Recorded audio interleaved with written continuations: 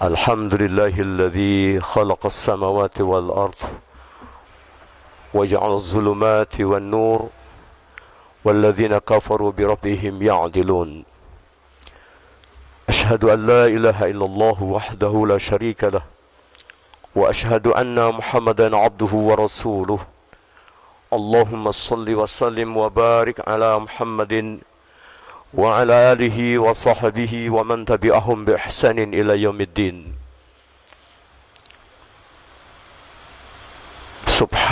سبحانك لا علم لنا إلا ما علمتنا إنك أنت العليم الحكيم. أصبحنا وأصبح الملك لله والحمد لله لا شريك له لا إله إلا هو وإليه النشور. أصبحنا على فطرة الإسلام وكلمة الإخلاص وعلى دين نبينا محمد صلى الله عليه وسلم وعلى ملة أبينا إبراهيم حنيفا وما كان من المشركين. Ikhwan fillah khatal iman rahimani rahimakumullah. Syukur alhamdulillah, segala puji hanya kepada Allah Subhanahu wa taala yang telah memberikan kenikmatan-kenikmatan kepada kita sekalian, sehingga pada pagi hari ini kita masih dapat melaksanakan salat subuh berjamaah dan berada di dalam majelis ilmu. Mudah-mudahan majelis-majelis yang senantiasa kita hadir di dalamnya menjadi keberkahan dalam kehidupan kita, dalam ilmu kita, fid dunya fil akhirah. Dan mudah-mudahan ilmu yang telah kita dapatkan ini dapat kita amalkan dalam kehidupan kita sehari-hari. Para jamaah sekalian, kita masih di dalam pembahasan kitab Al-Wala wal Bara dalam seri pembahasan tentang pemimpin dan hukum yang dijalankan oleh seorang pemimpin. Maka pada pertemuan yang kemarin kami ulangi bahwa apa yang dilakukan oleh para pemimpin terdahulu, para ulil amri, karena pemimpin kalau diartikan secara bebas, maka semua pemimpin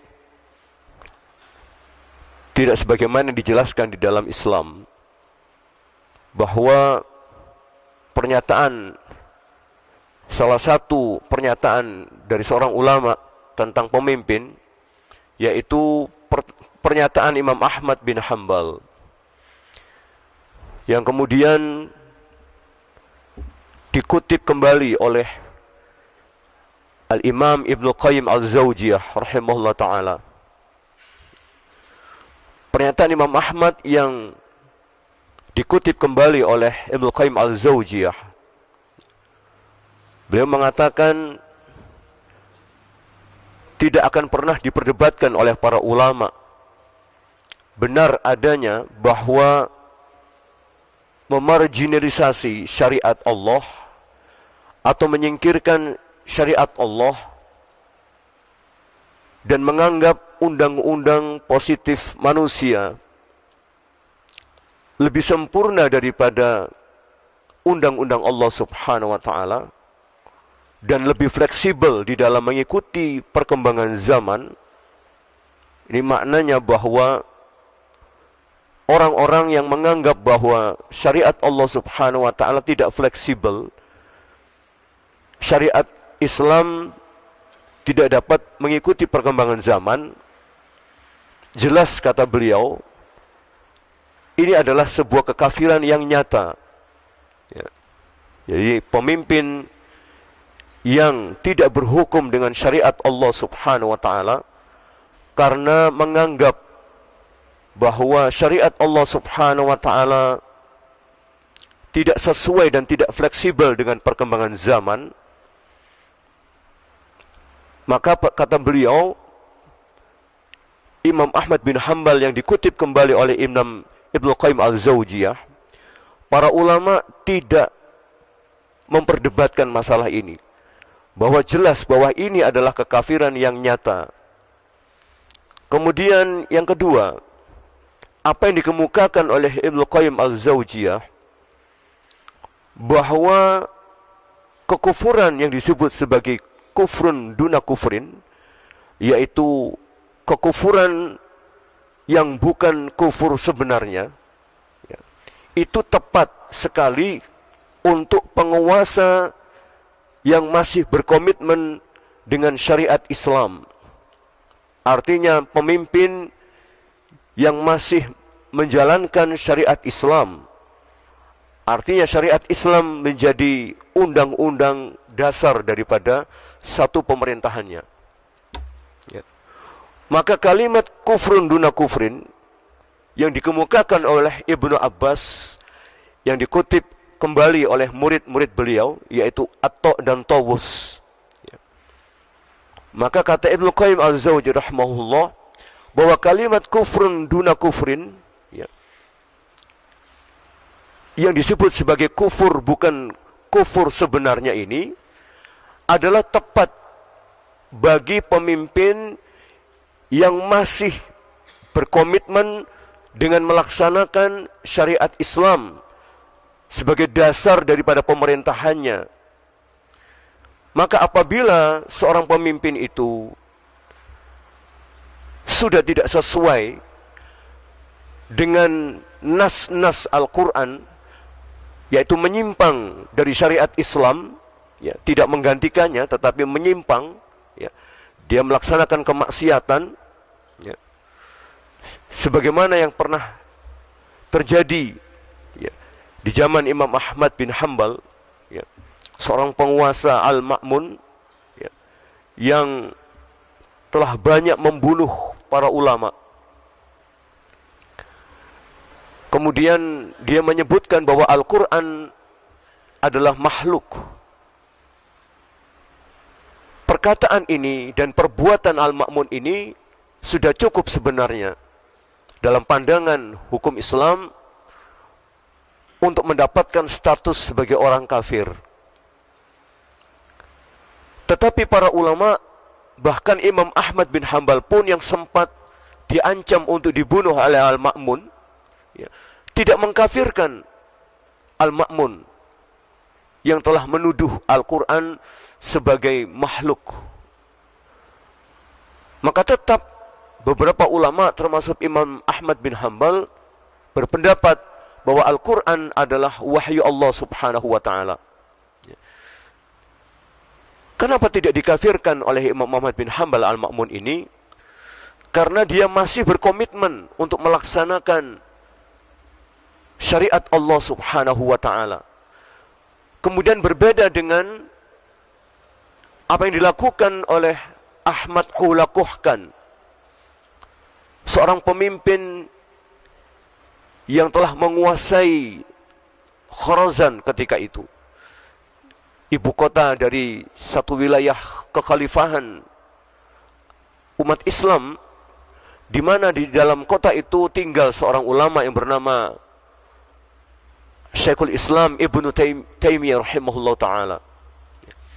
Ibnu Taimiyah mengkafirkan Hulakuhkan, ya, karena Hulakuhkan di samping mendolimi kaum muslimin, banyak membunuh kaum muslimin, dia telah menggantikan hukum di dalam pemerintahan yang tadinya berdasarkan syariat Islam, disingkirkannya, kemudian digantikan dengan hukum yang berlandaskan Ilyasik. Satu hukum, yaitu satu kompilasi hukum atau kumpulan dari beberapa hukum-hukum yang ada di permukaan bumi Allah ini. Baik itu hukum dari Romawi, dari Persia, dari Yahudi, Nasrani, dan Islam itu sendiri, dikumpulkan oleh Genghis Khan ketika itu, kakek daripada Ahmad Hulakuh Khan, lalu diberlakukan hukum ini, hukum Ilyasik ini, untuk kehidupan kaum muslimin dengan menggantikan. Para jamaah sekalian, sebenarnya tidak menggantikan. Karena secara praktek, di dalam praktek hukumnya, Ilyasik ini masih disandingkan dengan Al-Quranul Karim, atau dengan hukum Allah subhanahu wa ta'ala dari Al-Quran dan Sunnah. Misal ketika seseorang melakukan pelanggaran hukum, maka orang yang melanggar hukum ini ditanya, apakah Anda mau dihukum dengan Al-Quran dan Sunnah atau dengan Ilyasik? Perlakuan Ahmad Hulakuh Khan terhadap hukum Allah subhanahu wa ta'ala yang seperti ini, menggandengkan, menawarkan kepada seseorang yang telah melakukan kesalahan atau pelanggaran hukum, kemudian menawarkannya, apakah mau menggunakan Ilyasik atau menggunakan Al-Quran dan Sunnah. Cara seperti ini tidak dibenarkan oleh Ibnu Taimiyah rahimahullah ta'ala. Sehingga Ibnu Taimiyah mengkafirkan, memurtadkan Ahmad Hulakuh Khan yang masih Islam. Dalam pandangan Ibnu Taimiyah, orang seperti ini atau pemimpin seperti ini telah keluar dari milah Islam, telah murtad, karena menggandengkan atau memberikan perbandingan antara hukum Allah dengan hukum positif buatan manusia. Maka yang dikemukakan oleh Ibnu Qayyim Al-Zawjiyah,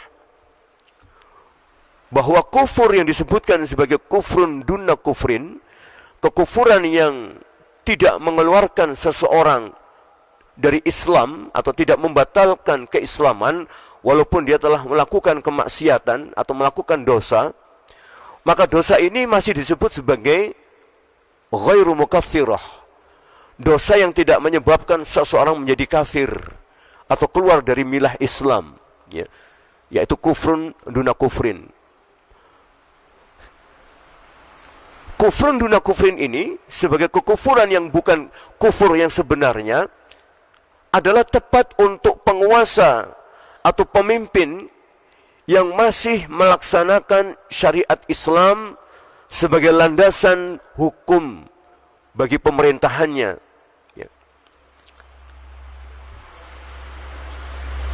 Bila ia tidak sesuai dengan nas-nas atau menyimpang atau melakukan pelanggaran dari syariat Islam ini, maka ia pantas disebut sebagai orang yang telah melakukan kekufuran yang tidak mengeluarkan dia dari Islam atau kufrun duna kufrin. Maka pemerintah seperti ini atau pemimpin penguasa seperti ini memang pantas untuk mendapatkan status sebagai kufrun duna kufrin, kekufuran yang tidak menyebabkan dia menjadi kufur, menjadi kafir, karena dia telah melanggar syariat Islam, dan sementara syariat Islam masih menjadi hukum, menjadi dasar daripada hukum satu pemerintahan tersebut. Dan kufrun duna kufrin ini tidak berlaku bagi pemimpin yang menempatkan undang-undang positif manusia pada posisi syariat Allah subhanahu wa ta'ala. Jadi kufrun duna kufrin, orang yang melakukan kekufuran tetapi tidak menjadi kafir, tidak berlaku bagi pemimpin yang menempatkan undang-undang positif menggantikan posisi syariat Islam. Tidak berlaku. Kemudian yang ketiga, masalah penghalalan, pengharaman, dan pembuatan syariat untuk manusia, bahwa para ulama telah bersepakat, baik ulama yang terdahulu, yaitu ulama salaf, maupun ulama yang sekarang atau ulama khalaf, bahwa telah disepakati penghalalan, pengharaman, dan pembuatan syariat adalah otoritas khusus Allahu Rabbul Alamin. Allah sebagai Rabb dari semesta alam ini. Barang siapa yang mengklaim bahwa dia mampu untuk membuat hukum, ya. Kalimat barang siapa ini berarti bukan hanya satu orang, para jamaah sekalian. Ya. Bisa sekumpulan orang, ya, yang merasa bisa membuat hukum dan bisa memutuskan hukum itu untuk manusia yang lain. Maka di dalam surat Asy-Syura ayat ke-21, Allah Subhanahu wa taala berfirman, A'udzubillahi minasyaitonir rajim. Am lahum syuraka syara'a lahum minad din ma lam ya'dzam bihillah. Laula kalimatul fasli laqudiya bainahum. Allah Subhanahu wa taala berfirman, Syara'u lahum am lahum syuraka. Apakah mereka memiliki satu perserikatan, satu permusyawaratan, ya? Am lahum syuraka syara'u lahum minad din. Kemudian mereka memutuskan atau merasa bisa membuat satu keputusan hukum, ya. Syara'a lahum minad din, ya, membuat putusan hukum dari aturan-aturan minad din. Ya. Din di sini bermakna an-nidhamul hayah, aturan-aturan dalam kehidupan. Ya. Maka ada ad-din bermacam-macam. Ya, aturan-aturan dalam Islam, kemudian aturan-aturan dalam kehidupan yang lain, misalkan ad-din demokrasi misalkan. Aturan-aturan hidup dalam demokrasi, ad-din kapitalisme misalkan, aturan-aturan hidup dalam sistem kapitalis, din liberalisme, semua ini adalah ad-din, ya. Yang aturan-aturan ini, dari aturan-aturan din ini, malam ya'dzam bihillah, kata Allah, yang tidak pernah diizinkan oleh Allah Subhanahu wa ta'ala. Maka pertanyaan Allah Subhanahu wa ta'ala kepada mereka, am lahum syuraka, apakah mereka memiliki satu permusyawaratan sehingga dengan permusyawaratan itu mereka merasa mampu membuat menggariskan satu hukum, aturan-aturan yang hukum dan aturan itu malam ya'dzam bihillah, tidak pernah diizinkan oleh Allah Subhanahu wa ta'ala. Maka kemudian pertanyaan ini ditegaskan oleh Allah Subhanahu wa ta'ala, laula kalimatul fasli, ya, laqudiya bainahum. Kalaulah bukan karena sudah menjadi satu keputusan, kalimatul fasli, satu keputusanku, kata Allah, bahwa kalimat-kalimat Allah, keputusan-keputusan yang telah ditetapkan oleh Allah, la tabdila li khalqillah, tidak pernah berubah. Dari apa yang diciptakan hukum oleh Allah ini, mulai dari diciptakan yang pertama sampai nanti yaumil akhir, yang namanya wajib bertauhid adalah satu kewajiban, suatu hukum yang wajib harus diketahui oleh setiap kaum muslimin. Begitu pula haramnya syirik harus ditinggalkan oleh kaum muslimin. Ya, antara tauhid dan syirik ini, hukum-hukum dari tauhid dan hukum-hukum dari kesyirikan ini tidak pernah berubah, tetap seperti itu. Ya. La tabdila li khalqillah. Apa yang diciptakan oleh Allah ini, hukum-hukumnya tidak pernah berubah, para jamaah sekalian. Ya. Kalau khamr itu mulai dari zaman Rasulullah menerima wahyu Al-Quran, khamr itu sudah haram, walaupun sedikitnya itu haram, maka banyaknya pun pasti haram. Ya. Sampai akhir zaman, ya, maka ini menjadi haram. Ya. Maka para jamaah sekalian, kembali kepada apa yang dikatakan di dalam kitab Al-Wala' wal Bara' ini, ya. Penulis kitab ini mengatakan, yaitu Asy-Syaikh Muhammad bin Salim bin Said Al-Qahtani ini mengatakan, masalah penghalalan, pengharaman, dan pembuatan syariat untuk kepentingan hidup manusia ya, telah disepakati oleh para ulama, baik ulama terdahulu, ulama-ulama salaf, maupun ulama-ulama sekarang atau ulama khalaf, adalah khusus otoritas untuk Allah subhanahu wa ta'ala ya, untuk Allah Rabbul Alamin. Barang siapa yang mengklaim ya, yang merasa bisa menggariskan satu hukum, satu aturan, yang dimana di dalam surat Asy-Syura tadi yang dibacakan bahwa tidak pernah diizinkan aturan itu oleh Allah subhanahu wa ta'ala, maka berarti ia telah menuhankan dirinya sendiri ya. Jadi misalkan anggota DPR membuat undang-undang 564 sekian ya, 564 anggota DPR misalkan lalu membuat hukum ya, di mana hukum yang dibuat itu bertentangan dengan syariat Allah subhanahu wa ta'ala, berarti mereka telah menuhankan diri mereka sendiri ya, dan menempatkan diri mereka sebagai tandingan yang disembah selain Allah subhanahu wa ta'ala. Allahu Akbar ya.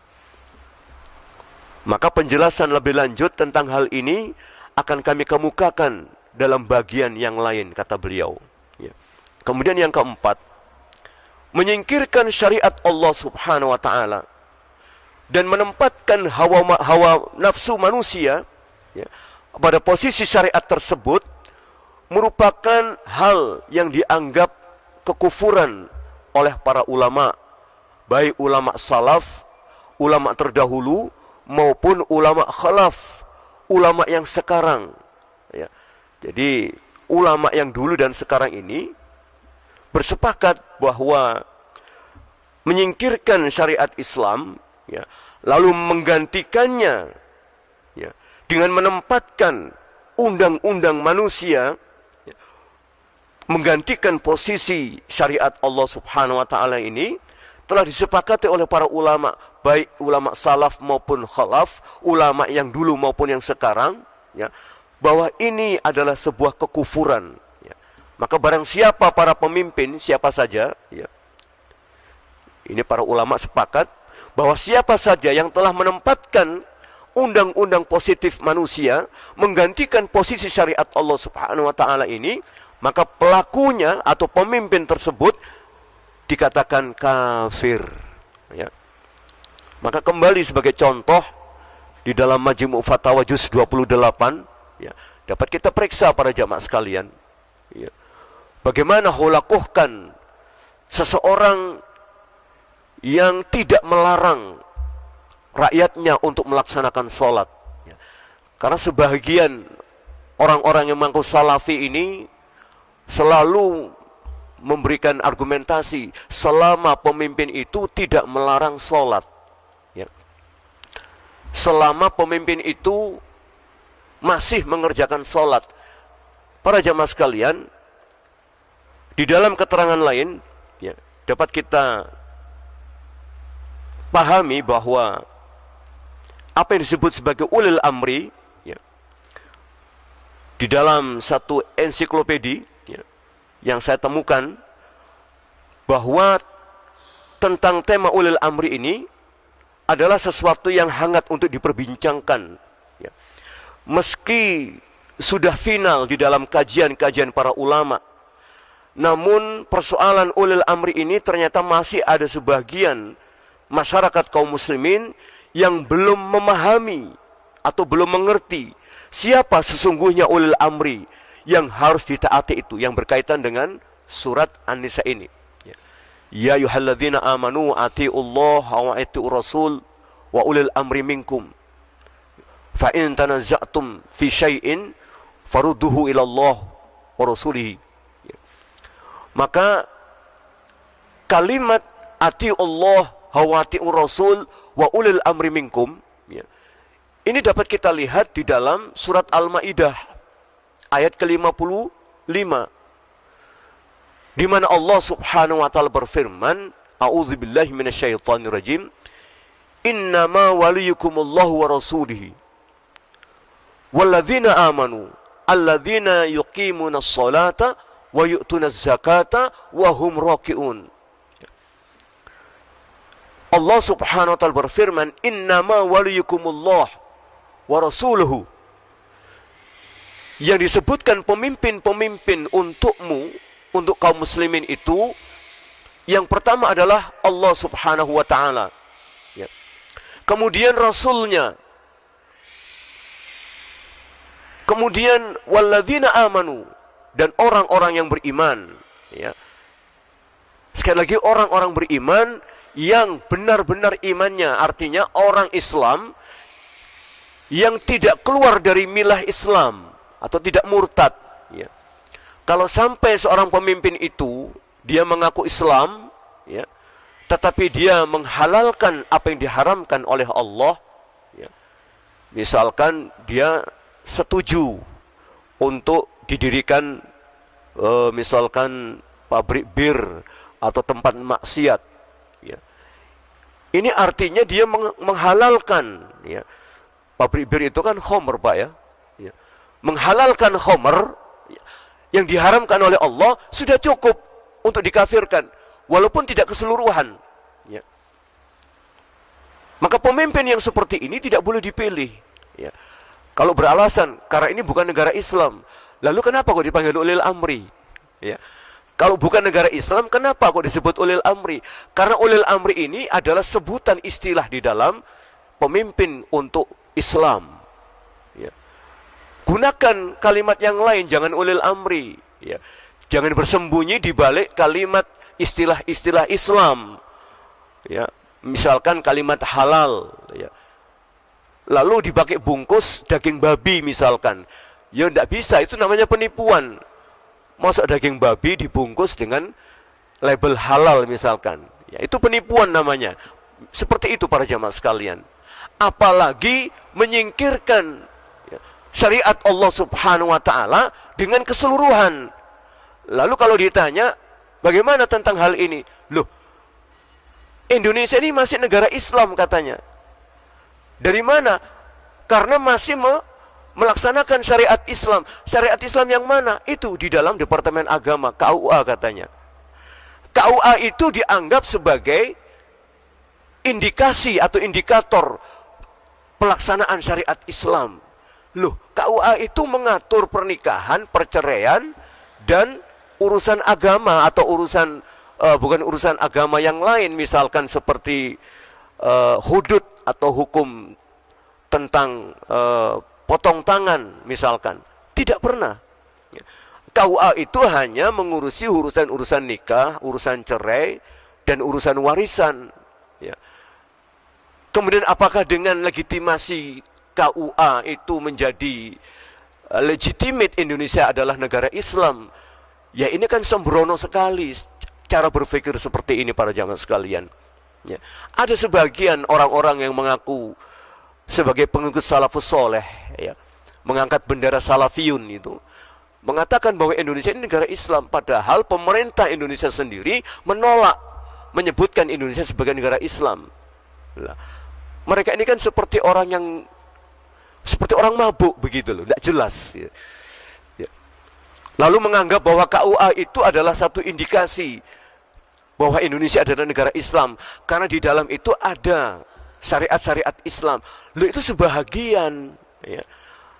Bagaimana kalau menganggap ini sebahagian dari syariat Islam yang dijalankan lalu menolak sebahagian? Ya. Maka dia terkena ayat di dalam surat An-Nisa 150 dan 151.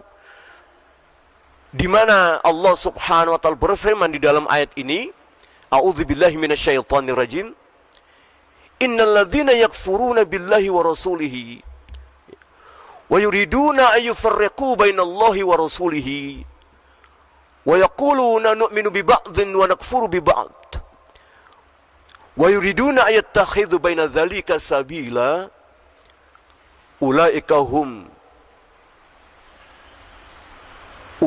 humul kafirun haqqan. Wa a'tadna lil kafirina adzaban muhina. Ya. Bagaimana penjelasan dari keyakinan orang-orang yang menyebutkan dirinya sebagai salafiyun, yang menganggap dirinya adalah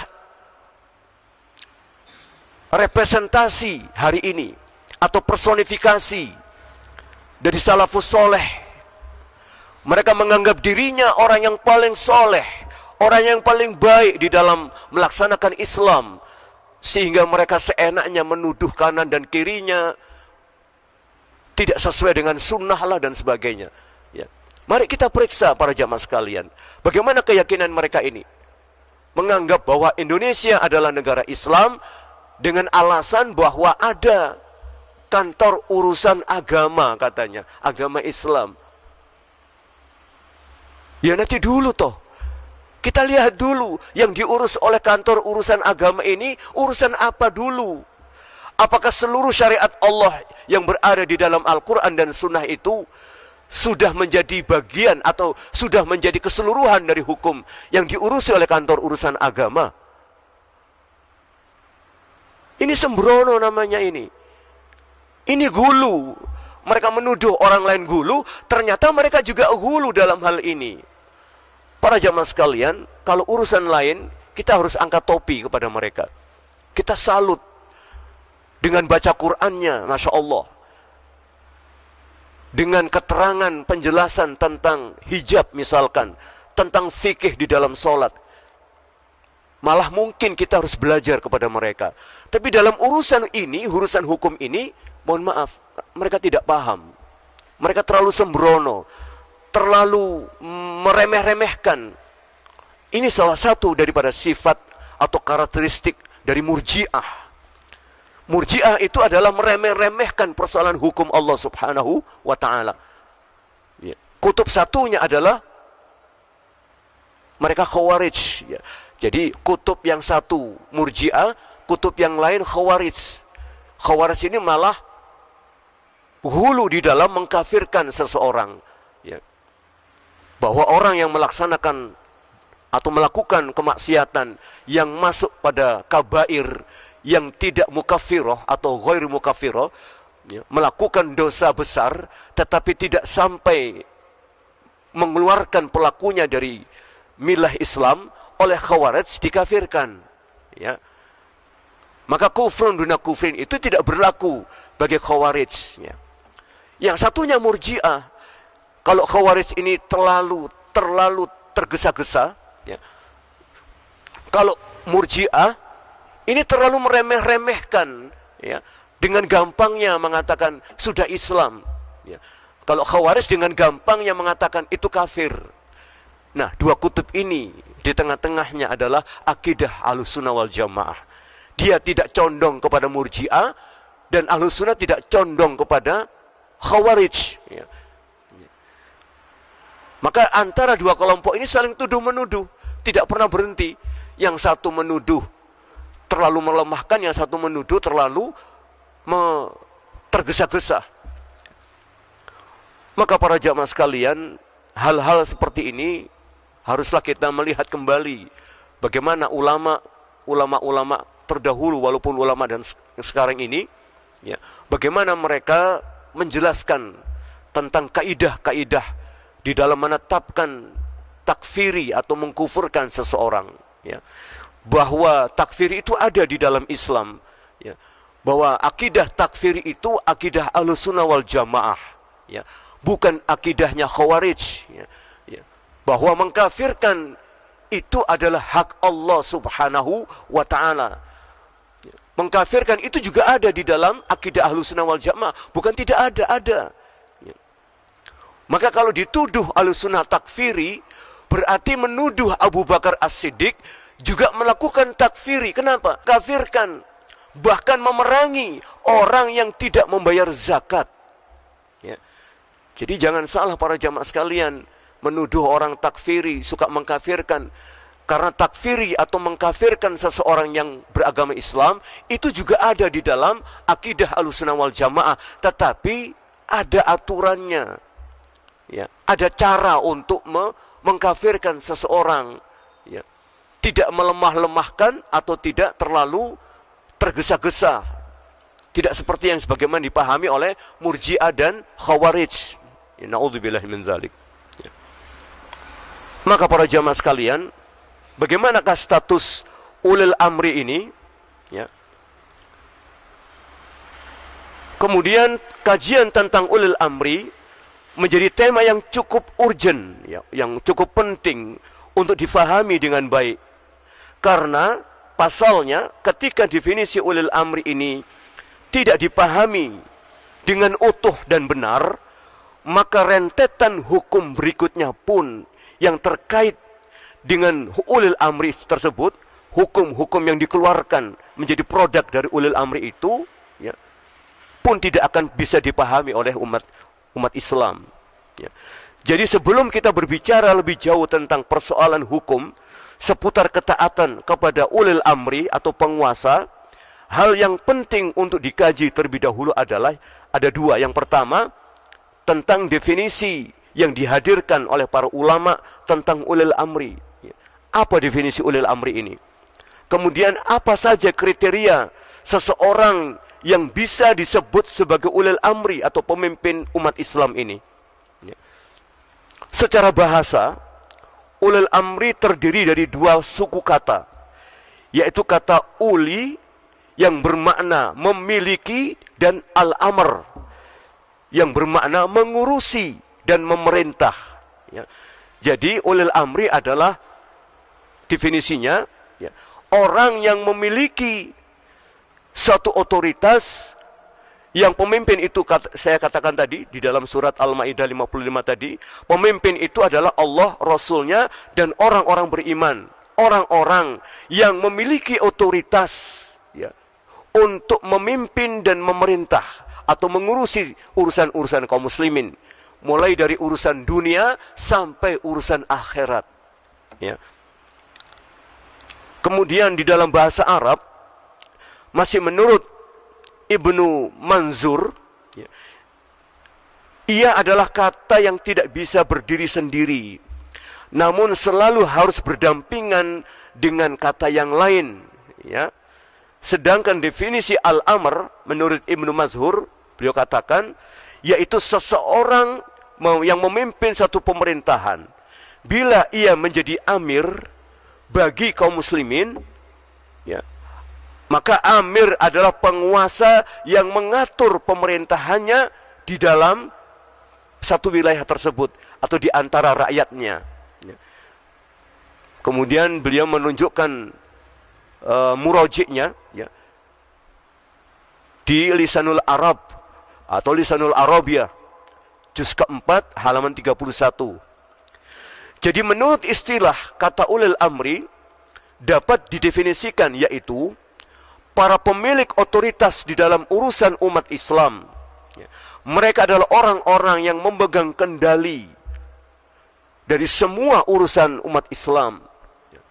Jadi urusan umat Islam ini sudah ada buku panduannya dari Allah dan Rasulnya. Ya.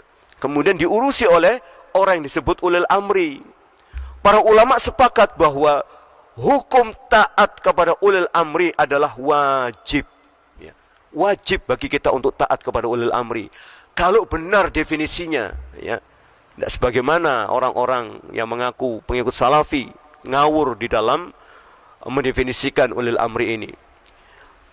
Kemudian kaum muslimin tidak diperbolehkan untuk memberontak kepada ulil amri. Meskipun di dalam pemerintahannya sering berlaku kezaliman. Ya. Prinsip ini menjadi pegangan yang lahir dari salah satu pokok akidah Ahlus Sunnah wal Jamaah. Ya. Allah Subhanahu wa taala berfirman, "A'udzubillahi minasyaitonir rajim.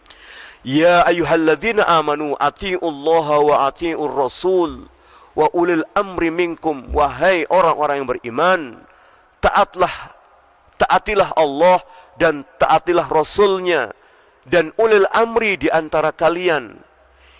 Ibnu Abi Iz di dalam Syarah Aqidah Thahawiyah, ya, beliau berkata, hukum mentaati ulil amri adalah wajib selama tidak dalam kemaksiatan. Benar ucapan ini. Walaupun mereka berbuat zalim, karena kalau keluar dari ketaatan kepada Allah, kepada Rasulnya, ya, mereka akan menimbulkan kerusakan-kerusakan yang berlipat ganda dibandingkan kerusakan daripada pemimpin itu sendiri. Bayangkan, kalau pemerintah ini seorang ulil amri, dia melakukan kemaksiatan, ya, maka dampaknya lebih besar kepada umatnya daripada kepada pemimpin itu sendiri. Misalkan korupsi, kemudian minum khamr, ya. Dia ulil amri, tapi dia minum khamr, maka dampaknya lebih besar kepada umatnya daripada kepada dirinya sendiri. Ya. Namun kemudian muncul salah satu pertanyaan yang cukup mendasar dan perlu dijabarkan secara utuh, yaitu pertanyaannya, siapakah yang disebut dengan ulil amri? Apakah setiap pemerintahan yang ada di muka bumi hari ini bisa disebut sebagai ulil amri? Ya. Ketika menjelaskan ayat di atas, ya, para ulama tafsir, yaitu surat yang berbunyi ya ayyuhalladzina amanu atiullah wa atiur rasul wa ulil amri minkum ini, para ulama tafsir telah menyebutkan beberapa pandangan tentang siapakah yang dimaksudkan ulil amri di dalam ayat tersebut. Yaitu yang pertama, Imam At-Tabari di dalam tafsirnya menyebutkan bahwa para ahli takwil berbeda pandangan mengenai siapakah ulil amri yang dimaksudkan di dalam ayat tersebut.